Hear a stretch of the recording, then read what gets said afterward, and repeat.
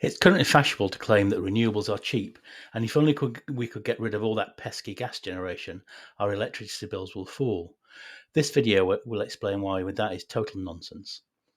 The cheap renewables claim rests on them having low marginal costs so they can always outbid gas-fired generations in what's called the merit order, and gas sets the wholesale price most of the time.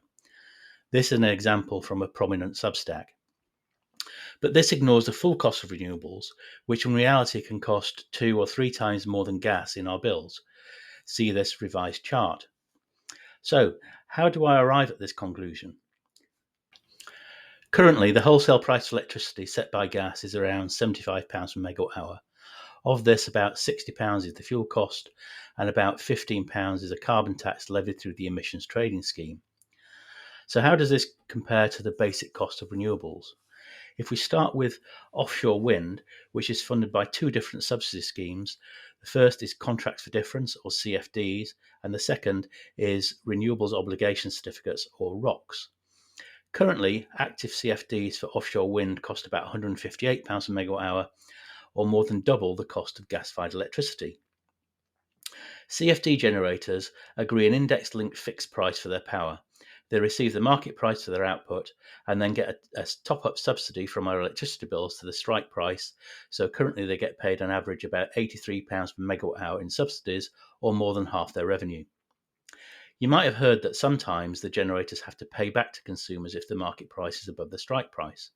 This is true, but since the scheme was conceived, we've paid over $10 billion in subsidies and received back only about $346 million during the energy crisis of 2022. Okay, let's go back to the cost of offshore wind. ROC-funded offshore wind gets paid the market price and also receives an average of about 1.9 ROCs per megawatt hour of electricity generated. In 2025-26, these are worth about £67 each. So ROC-funded offshore wind receives about £127 in subsidy on top of the market price. So the basic cost is about £203 per megawatt hour. Both CFDs and ROCs are index linked, so their prices go up each year with inflation. Onshore wind costs about £117 per megawatt hour for CFD funded units to around £140 per megawatt hour for ROC funded units. CFD funded solar costs about £77 per megawatt hour, and ROC funded solar about £164 per megawatt hour. Solar is also funded by what are called feed-in tariffs, which cost us on average about £221 per megawatt hour in 2023-24. There have been two inflationary increases since then, so the current cost will be much higher. Each year, there's an auction to allocate new renewables capacity. Last year's AR6 awarded contracts at £85 per megawatt hour in today's money to offshore wind. But the flagship project of that auction, Hornsea Project 4, has recently been cancelled because it wasn't economic for the developer. Realistically, the economic cost of offshore wind is higher than £85 per megawatt hour, so it's much more expensive than gas. Onshore wind was awarded contracts of about £73 per megawatt hour at 2025 prices, and solar got contracts at about £72 per megawatt hour. I can hear you asking, if your offshore wind and solar cost about the same as gas-fired electricity, why don't we build more of it? Well, wind and solar are both intermittent, which means that their output is dependent upon the seasons and the weather. Sometimes they can produce too much for the grid to handle, so we pay wind farms to turn off and then pay gas-fired generators to make up the difference.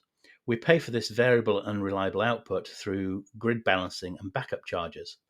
If you attribute these costs to wind and solar, it adds about £32 per megawatt hour to their costs. This takes offshore wind to about £190 per megawatt hour for CFDs and £234 per megawatt hour for ROCs, or more than 3 times the cost of gas-fired electricity. The cost of onshore wind goes up to £148 for CFDs and £171 for ROC units. Solar goes up to between £108 for CFDs to a whopping £252 per megawatt hour for those funded by feed-in tariffs. New onshore wind and new solar are also much more expensive than gas-fired electricity when you take into account the grid balancing and backup. And we haven't even included the extra cost of the wires to connect all these remote wind and solar farms, which add even more to our bills. As you've seen, wind and solar are much more expensive than gas. Don't let the mainstream media or other commentators fool you into believing anything else.